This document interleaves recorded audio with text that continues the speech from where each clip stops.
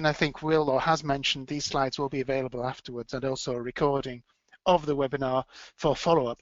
But as we're going through this session, please do feel free to ask any questions or follow up by email afterwards, which is fine. I think this presentation will take around about 40 minutes maximum, maybe 45, but certainly no longer than that. And then we'll have a short time for Q&A at the end. So let's start going through. So the next slide, please, Christian. So what we're going to talk about over the next few minutes, briefly, I just want to repeat just a couple of things from the last presentation on M&E, just a couple of things. Then I want to talk about what actually is a theory of change.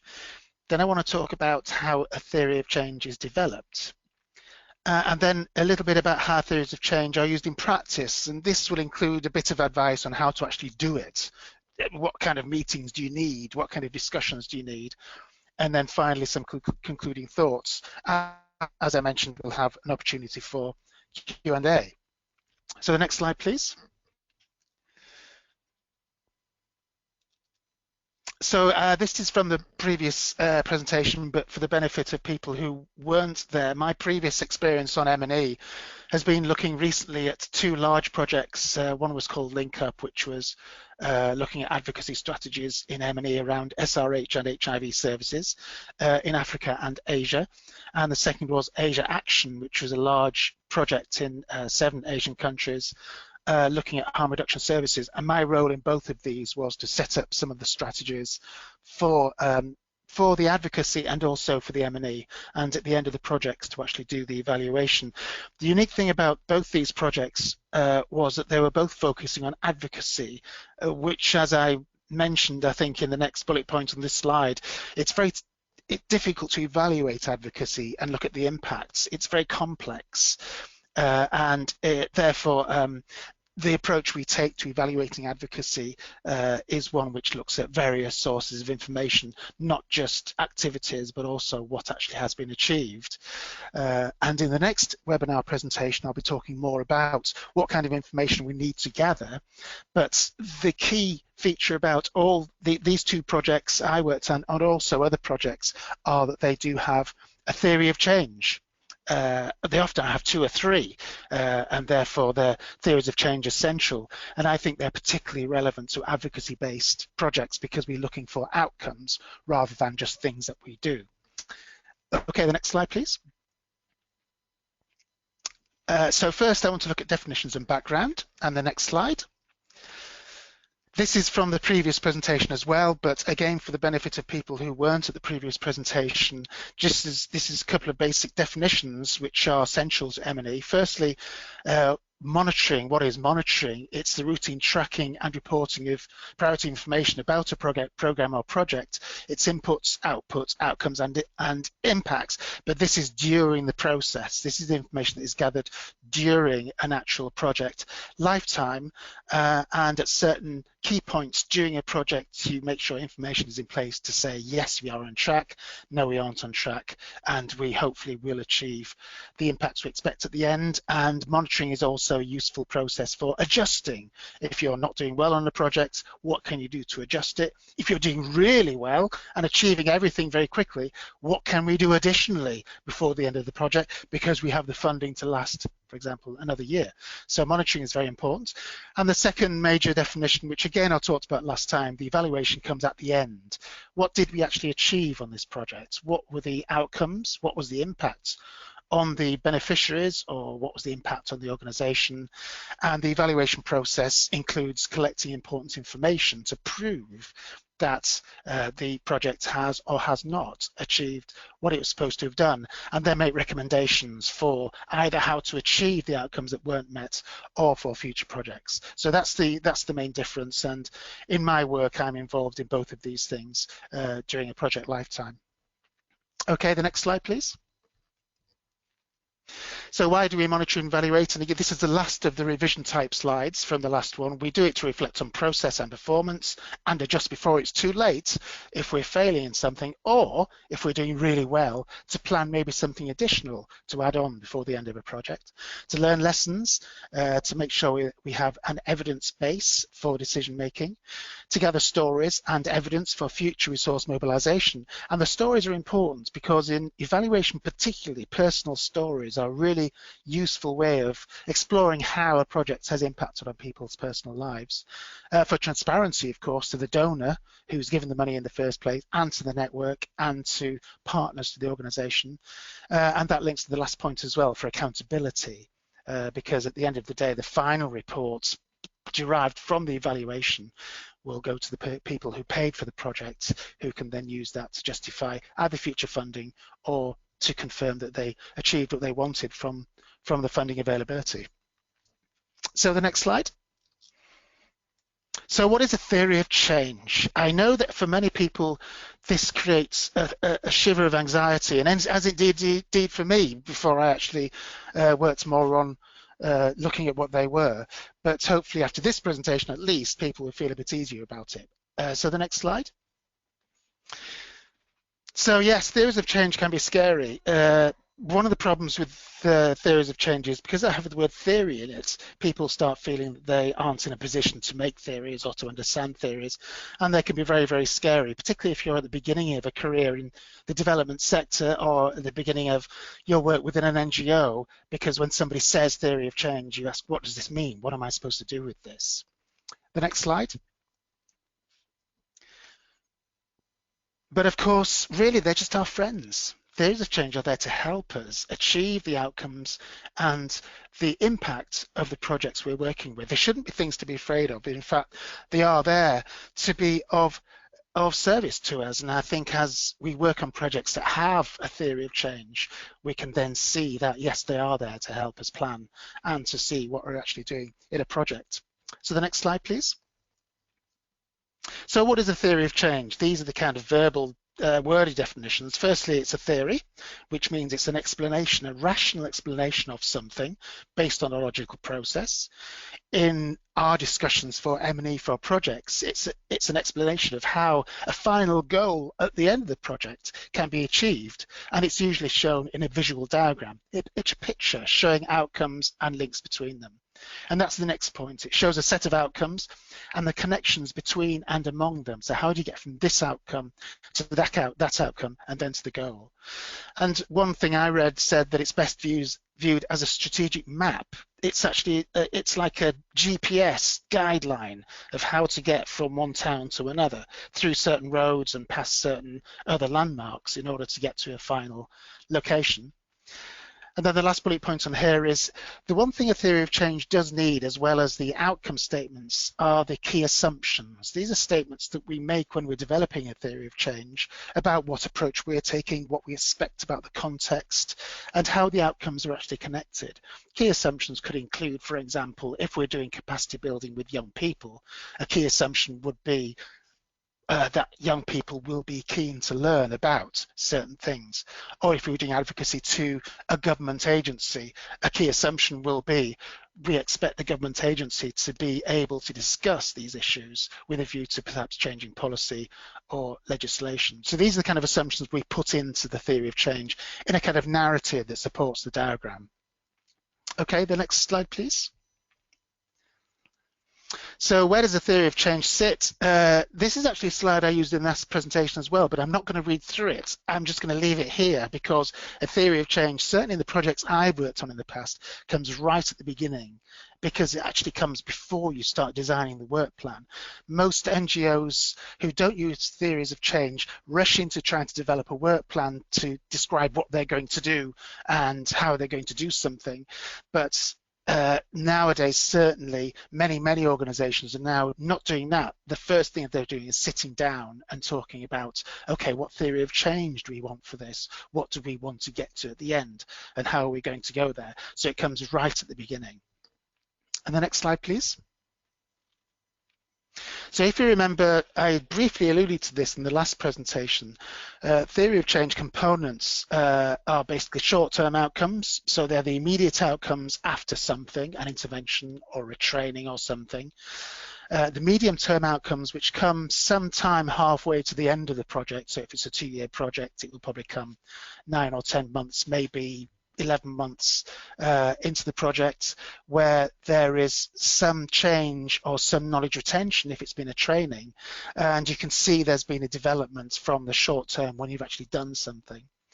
Then the long-term outcomes are as a direct result of the medium terms, and these are, well, it depends. If it's a training event, you'd expect these after 6 to 12 months. So the long-term outcomes for a training event will, in our field, in the HIV field, will probably be that people living with HIV are benefiting from the training we did on people working for an NGO. So the long-term outcome would be hopefully benefits for the recipients of the service that we're training somebody to do.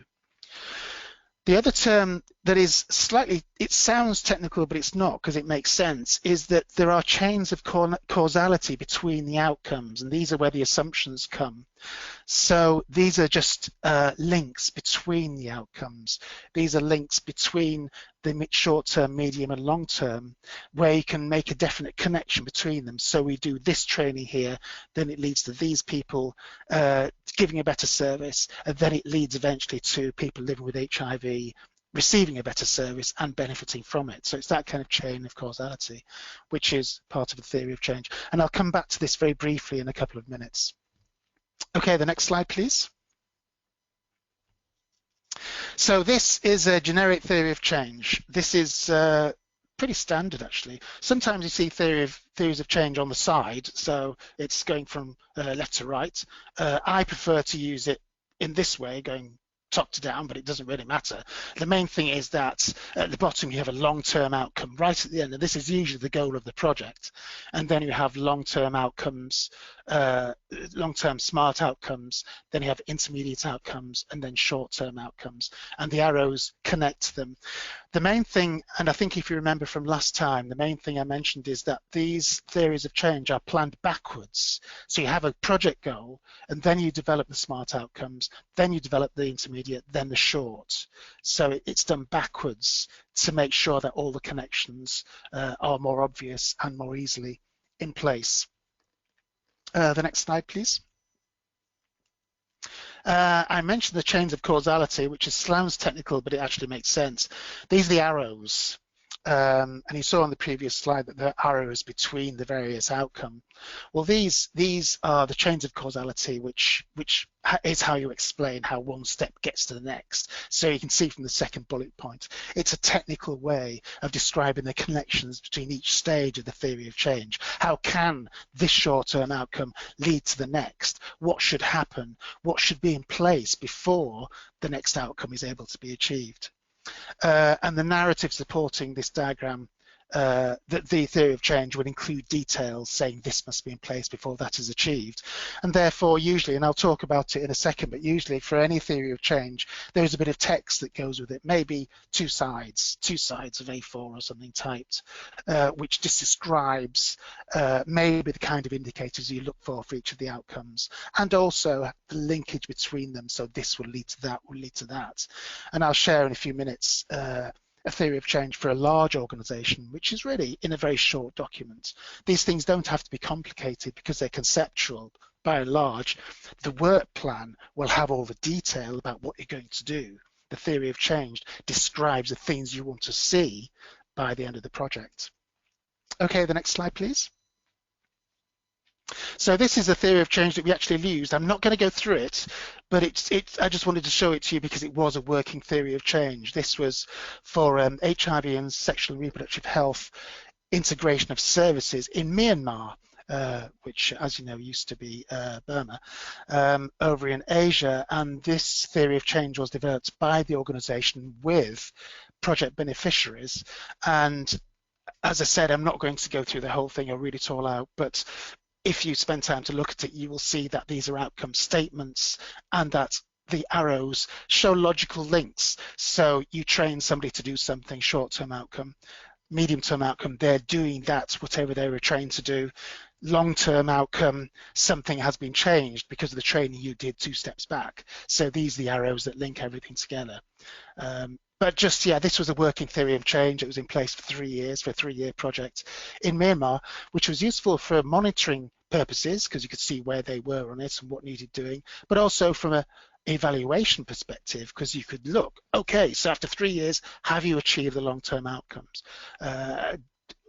If not, have you achieved the medium-term outcomes? And usually they had, and then you say, right, so we recommend that. If you can spend any more time working on this, then you can do this, this, and this to reach the long term. Okay, next slide, please. So how do we, that's about theories of change. That's a brief overview. We looked at what it is. We looked at a generic theory of change, showing all the boxes and the arrows. And we showed an example of a working theory of change that was in place for 3 years and which an organization used to track its activities. So how do you actually do it? So let's go on to the next slide. So as I've mentioned already, theories of change are slightly different to work plans. So a theory of change maps out what needs to happen to achieve the overall goal. What outcomes do you want in place to get to that goal? Then the work plan sets out details. How are you going to do it? You're going to do this advocacy here, that capacity building there, that particular activity, income generation there to make this happen. And in all projects that use theories of change, both of course are needed. You need the theory of change to map out the plan from beginning to end, but you need the work plan to describe, okay, we're going to do this here, and this here.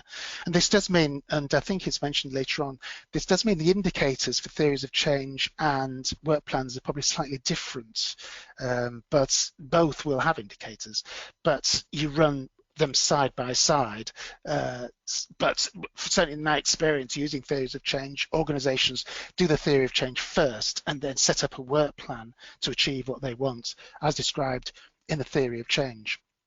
So the next slide, please. So how do we develop all these outcomes? I think I alluded to this in the last presentation. Well, developing them really are looking at when they come in the project lifetime. So short terms usually come near the beginning because you do something and then something happens. Medium term outcomes come halfway through and you expect to see certain changes or things in place in order to lead then on to the long term outcomes, which these are usually the SMART objectives, which are achieved only after the program has been in place for some time. And then that will lead to the goal of the whole project, which is what you hope will be the broad outcome of the whole thing. Each outcome is a precondition for the next, so the short term has to be in place before the medium term, and also the medium has to be in place before the long term. That's the logical side to it, and this is why we have the arrows. But as you remember, we discussed before, the outcome statements are not activities, they're outcomes. The activity statements go in the work plan. The outcome statements will go into the theory of change. And also, just as a side issue, when you're developing indicators to tell you whether something's been achieved, the short-term outcomes may be process type indicators. We did this, we did that as an indicator, but the other outcomes may be more outcome statement type things, which is where we achieved this. This was the impact we had. These things have been changed. So they're slightly different, which isn't a problem. It just means that you might get a mix of different types of statements or indicators. Okay, the next slide, please. So the first thing you do, because the long-term change outcome right at the bottom is usually when the organization submitted a proposal, the long-term goal of the project would be, you'd have that already. This is what we want to achieve. So what you're doing, you're working back from the stated objective of a project to plan how you're going to get to that. So the first thing you do is set up the long-term or SMART outcomes. And the next slide, please. So this is actually from the last presentation as well, so I'm not going to go through it again, but the long terms particularly have to be, as we know what SMART means. They have to be SMART. They have to have a set time when it's going to be achieved. It has to be measurable. It has to be relevant, and it has to basically be something that is definitely provable through evidence. So you can see here 3 examples of SMART outcome statements. 2 of them are SMART and 1 is not SMART. Number 2 is not SMART because it's too vague. Increase involvement of youth in national policy processes. Well, how do you prove that? Whereas the 3rd outcome, for example, and this is actually taken from the Link Up project, which you saw the live theory of change earlier, it would be to ensure a young person affected by HIV sits on the Global Fund CCM by the end of 2014. So it's very, very specific. Okay, the next slide, please. So long-term outcomes are usually SMART objectives, and they're achieved only after the program has been in place for some time. And what needs to be in place for the outcomes to be reached? Well, it leads back to the medium-term outcomes. An example statements of a long-term outcome. This was taken from the same Link Up project, but from Uganda, which was by 2015, increased funding from Uganda's Global Fund grants for SRH and HIV services for young people. So this is a long-term thing, and there would have to be a number of things in place before you get to that. So an increased funding from the Global Fund is quite a long outcome. The things before that would need to be put in place to achieve that. So they're long-term outcomes. These are long-term things you expect right at the end, really, of a project, which will then feed into the overall goal. Next slide, please. So the next thing we do is look at the medium-term outcomes. So we've talked about the long-term outcomes, the things really right at the end of the project. So what do we want to be achieving around about halfway through, the intermediate or medium-term outcomes? Next slide, please. So these are interim results. They provide a sense of progress towards reaching the long-term outcomes. So it could be changes in behaviour, it could be somebody getting more involved in planning projects, it could be some influence on local policy which hasn't changed yet, or if we're talking about the Global Fund example, it could be that there is an advocacy mechanism in place for talking to people at the Global Fund, and if it's young people, so you have young advocates talking to people at the Global Fund with a view to the long term being increased funding for this particular group. The medium term outcomes connect directly back to the short term, but an example from the Asia Action Project I mentioned earlier, which was looking at harm reduction. This is a medium term outcome from a working theory of change from India, actually. People using drugs are actively involved in national policy making forums. So that's a medium term outcome. Because the next long term, obviously, is people using drugs influencing national policy. So the medium term is you've got them on the forums initially, and then the long term is they can actually change policy. And I don't think I show it in this slide set, but of course the short term would be providing capacity building for people using drugs to be advocates. Then the medium term is they use that capacity building training to be involved in fora, and then the long term would be some kind of change or some kind of mechanism in place for policy change for support of people using drugs. So you can see they're all changed, like a chain of events that all connect together. But the medium term ones are things you expect around about halfway through a project or timeline. So the next slide, please. So the last thing you do, or nearly the last thing with theory of change, is the short-term outcome. This is coming fairly near the beginning of the project. And these are the things you want to have in place fairly soon after the beginning of a project, which would connect to the medium-term outcomes. So the next slide, please. So short terms are initial expected changes after implementing certain activities or interventions. And as I mentioned earlier on, these could be quite process-based. So it could be by this point in time, this number of people have registered to attend training, or by this time centres have facilities for testing, or it could be the last mini bullet points, this person is aware of and understands a policy. So it's really generating initial things in a project, initial training, initial awareness raising before you actually lead on to actually big outcomes later on in the project. And you can see the example from Link Up, which I mentioned the project earlier. This is from a working theory of change from Uganda. This is a short-term outcome. Key decision makers are aware of the adolescent health policy and its implementation gaps at district level. So the short-term outcome of this particular project, one of them, is that these people will at least know there is a policy for supporting young people in Uganda. Because of course then we know from what we've talked about already in this webinar, a long-term outcome from that, if they set it all up, will be there is better implementation of that policy, or there is better support for young people, etc. But the short-term thing is just making sure they're aware that the policy is in place. Okay, the next slide, please. There's another term on a theory of change which I haven't talked about, which are broad strategies. Now, these are the things really used to organize all the outcomes. It's not something which you need to worry about necessarily, because it's really the final thing you do just to tidy up the routes you're taking on this map. And if you go on to the next slide, please.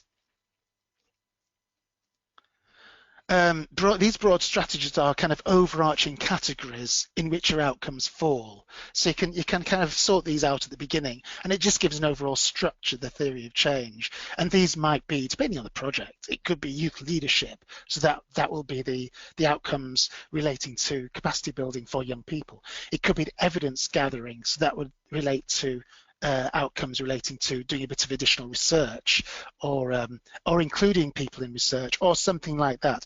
Coalition building, that would include outcomes that, for example, would be about building partnerships or collaborations on something. I mean, it could be anything, but it's just simply a way, the final thing you do, just to add a little structure to the theory of change so you can see a definite track. And these are the kind of launch pads from which the lead to reach the short-term outcome, but you decide these right at the end. So it's nothing really to become too involved with. It's just something that structures it. If you go to the next slide, please. And this is an actual working theory of change from the International AIDS Alliance, where I used to work a while ago and still do consultancies for. In fact, both Link Up and Asia Action were both Alliance-led projects. And this is their organizational theory of change. So it's not only projects, individual projects that can have a theory of change, or should have a theory of change, it's actually organizations. If an organization has a strategy, then you develop a theory of change to go alongside it. In fact, I do know the Alliance did their theory of change first before they developed their strategy. And you can see this is a theory of change that's kind of rotated by 90 degrees, so actually it's going from left to right.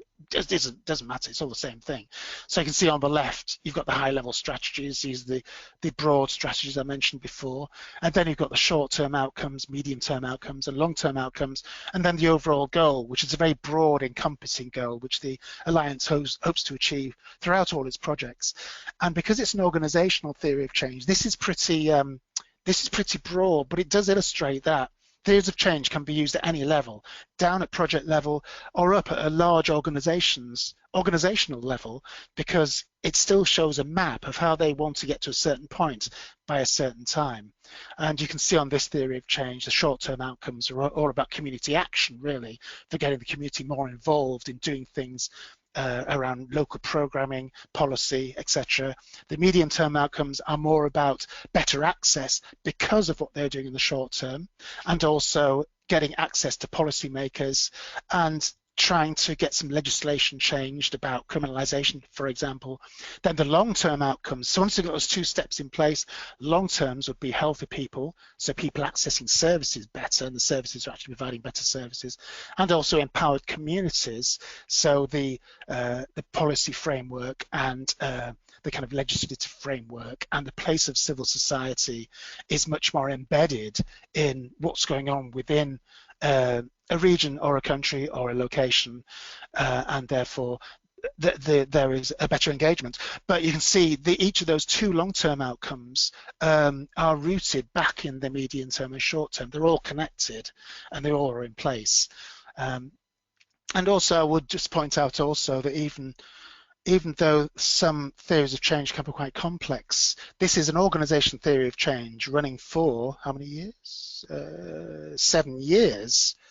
And I know the Alliance is involved in many countries, tens of countries, but it's still it can be put onto one page, or actually in this case 2 pages of a document. So it's as a conceptual framework, it doesn't have to be a huge, great, complex thing. It's a statement of what you want to achieve at a certain time. These are the outcomes we want to enable, in this case, better and stronger community services and empowered individuals and communities. So I just wanted to show that as an example of an organizational theory of change, which is much the same shape, if you like, as a project theory of change. Okay, the next slide, please. And I'm not going to read these out, but this is from the strategy that the previous theory of change was based on, and these are some of the statements in the theory of change documents, and it talks about how the theory of change fits with their work. Second, it talks about some of the assumptions that fit between the outcomes, and thirdly, some assumptions about the community that wants to be involved. So this is the kind of word bit I mentioned earlier on, the word bit that goes with the theory of change, and it's just really a statement of what you believe about what you put in the theory of change. And right at the end of this presentation, there are some resources I've listed. One of these is the International HIV/AIDS Alliance theory of change document, and it's very interesting reading, and it's not long. It's only about 5 pages long, I think, but it's a nice illustration of how theories of change can be used organizationally, as well as what I was saying earlier on, more at project or program levels. So next slide, please. Using theory of change in practice. Okay, next slide. So how do you develop one of these things? Well, when I've done it a few times. Firstly, it's best done in a group. You discuss it in a group. The project leads should obviously be there, plus specialists, advisors, coordinators if it's EATG, and community representatives, so people representing the communities that the theory of change is hopefully going to benefit at the end of the project. These workshops can take 2 or 3 days. The ones we used to do took 3 days usually, because when you've got so many stakeholders involved, there's a lot of discussion that goes on to make sure that it's suitable for the organisations that represent it, and also suitable for the project.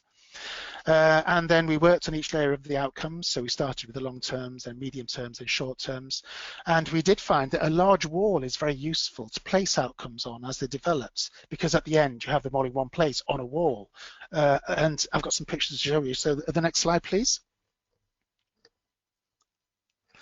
So we worked on developing theory of change. This was in Ethiopia 2 years ago, and we were looking, it was link up, so it's HIV, SRHR integration, and we had representatives from around, there were about 20 people at this meeting, and representatives from around maybe 5 or 6 organisations, sex work organisation, a women's positive women's organisation, then another education-based organisation, who all came in because they were partners to this project in Ethiopia. So we got them together to develop a theory of change and also develop a strategy for the advocacy they were going to do based on the theory of change they were going to develop. So the next slide, please.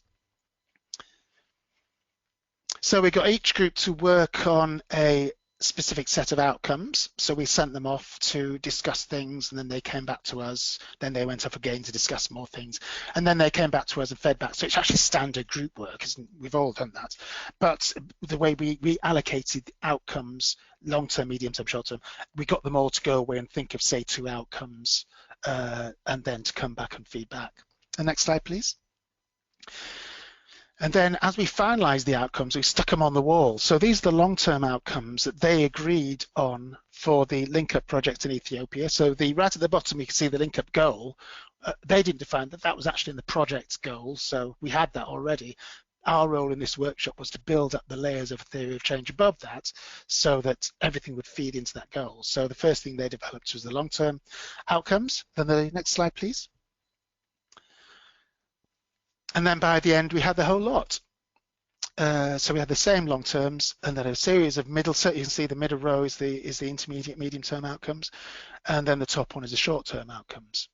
and this is the first draft of what became, because we had to edit it down a bit and tidy it up, obviously, but this is what became the working theory of change for the project in Ethiopia that ran for, well, in this case, Ethiopia's case, 2.5 years, which they were happy with because they felt that all contributed to it, and they could see the connection, the stepping stones from getting from the beginning to the end of the project, and then they went off to develop the work plans to achieve these outcomes.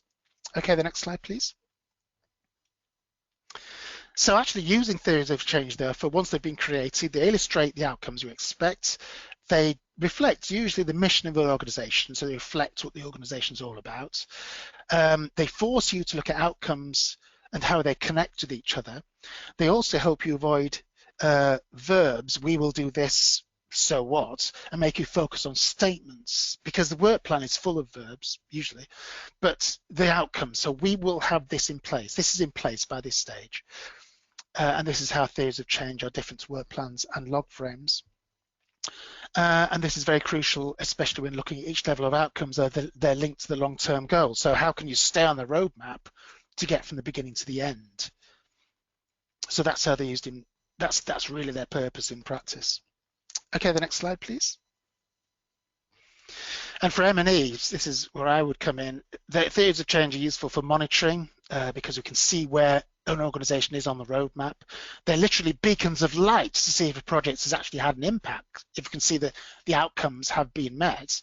So for example, a midterm review, which all projects usually have, the evaluator, which is what I've done, is check the short-term outcomes that have been achieved, establishes if the project is on course to meet the midterm outcomes, and then confirms the arrows of change of causality we talked about are sufficient to achieve the long terms. So they move thinking out of we've done this to confirming that this outcome has been achieved. So it's a work plan versus theory of change. So M&E strategies, which are developed for any project at the beginning of a project, will include both things, a work plan of things to do and a theory of change to describe the things that are expected at certain points during the course. Both will have indicators, of course, but there might be slightly different types of indicators, and I'm sure we've all got experience developing indicators, because indicators are pretty straightforward once we're thinking from an M&E perspective. So concluding thoughts then, next slide please. As you reach 40 minutes, which is perfect. Next slide please. M&E is about comparing actual outcomes and impacts of a program with what's expected. Theories of change provide a roadmap for expected outcomes at key stages of a project or program. They're also the basis of a robust M&E strategy, and they are fabulous and, if tamed, loving beasts. So go to the next slide, please. Theories of change, you see, have to be tamed. They get a bit out of hand sometimes. And if we didn't have proper discussions, for example, during the discussion in Ethiopia, the wall would have been covered. So you have to tame them down to what's achievable, what's the statement of what we want to achieve, what can we actually do in real life, and how can that outcome be fed, how can the previous outcome lead to this. So it's once you've tamed them, they can actually become more controllable. And the next slide, please. And then, of course, once you've tamed them, they can be loving and loyal companions. You can see I've been watching a couple of movies recently. Companions in your quest for robust outcomes, because they will work with you. And in fact, they're more friendly in some ways than work plans, because work plans are a bit threatening because you've got all these things to do, which are right, of course, you need work plans in a project. But theories of change gives you hope, because you can look along and say, ah, yes, we have got this, we're going to get that, and eventually we'll get that. So in a sense, they can be supportive documents, because you can see the roadmap, whereas halfway through a project you're wondering, how are we getting to the end, what have we done, how are we going to get to this thing we want at the end? It's a dream. But then you look at your theory of change and think, ah, yeah, we can see how it's all connected on this theory of change. Next slide, please. And that's it. Thank you very much for listening this afternoon on theories of change. I hope it was interesting and useful, and I'm happy to take any questions or queries. Obviously, I can answer ones afterwards by email or whatever, but do feel free to ask any questions now if you have something burning that you want to inquire about. Yeah, then I would suggest to close this. Thank you very much, Ian, for your time and for your efforts. That's okay. Thank you, everybody, for listening. And the resources slide will be towards the end of the presentation for further resources. Okay, then have a good day, everyone. Thank you. Thanks, everyone.